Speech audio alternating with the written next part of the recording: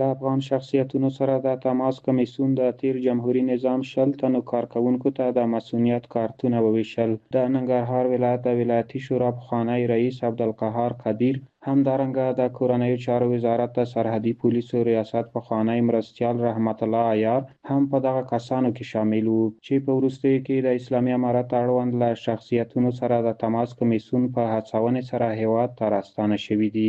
یو شمېر هغه کسانو ته چې له نورو هیوادونو څخه د تماس کمیسیون له لارې څخه راستانه سوي، دوی ته د مسؤلیت کارتونه د افغان شخصیتونو سره د تماس کمیسیون د مشر شیخ الحدیث مولوي شهاب الدین دلاور صاحب په لاس باندې توزیع شول. مجموعاً ټول هغه کسان چې د کمیسیون له لارې سره راغلي دي او دوی ته د مسؤلیت کارتونه سپارل سوي دي 1276 کسان کیږي، او یو شمېر داسې کسان دي چې د کمیسیون له لارې راغلي دي خو تر اوسه یې د مسؤلیت کارتونه نه دي اخیستي، په آینده کې به ورکړل سي. ټول تعداد 1416 تنو ته رسیږي چې د تماس کمیسیون له لارې څخه هیواد ته راستانه سوي دي. مونږ باید لاس یو کړو، خپل نظام تقویه کړو او کار ورته وکړو. هغه دوستان چې په بهرني هیوادونو کې سرمایه گذاري کوي باید خپل وطن کې سرمایه گذاری وکړي، باید خپل وطن مخکې ویسي.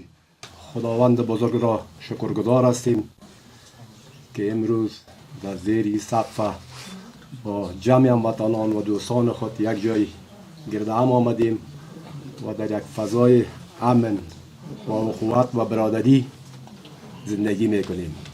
مسئولین وویل افغانستان د ټولو افغانانو ګډ کور دی. د تیر نظام مسئولین چې خپل هیواد ته راستانه کیږي دوی به ورته اسانتیاوې رامنځته کړي او هغوی ته به هیڅ ډول ستونزه نه وي.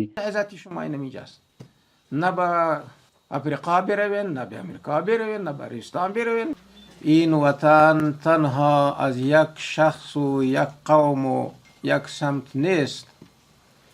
این وطن که ما چقدر حق داریم با آن اندازه هر برادر و هر خواهر ما در این زمین حق داره.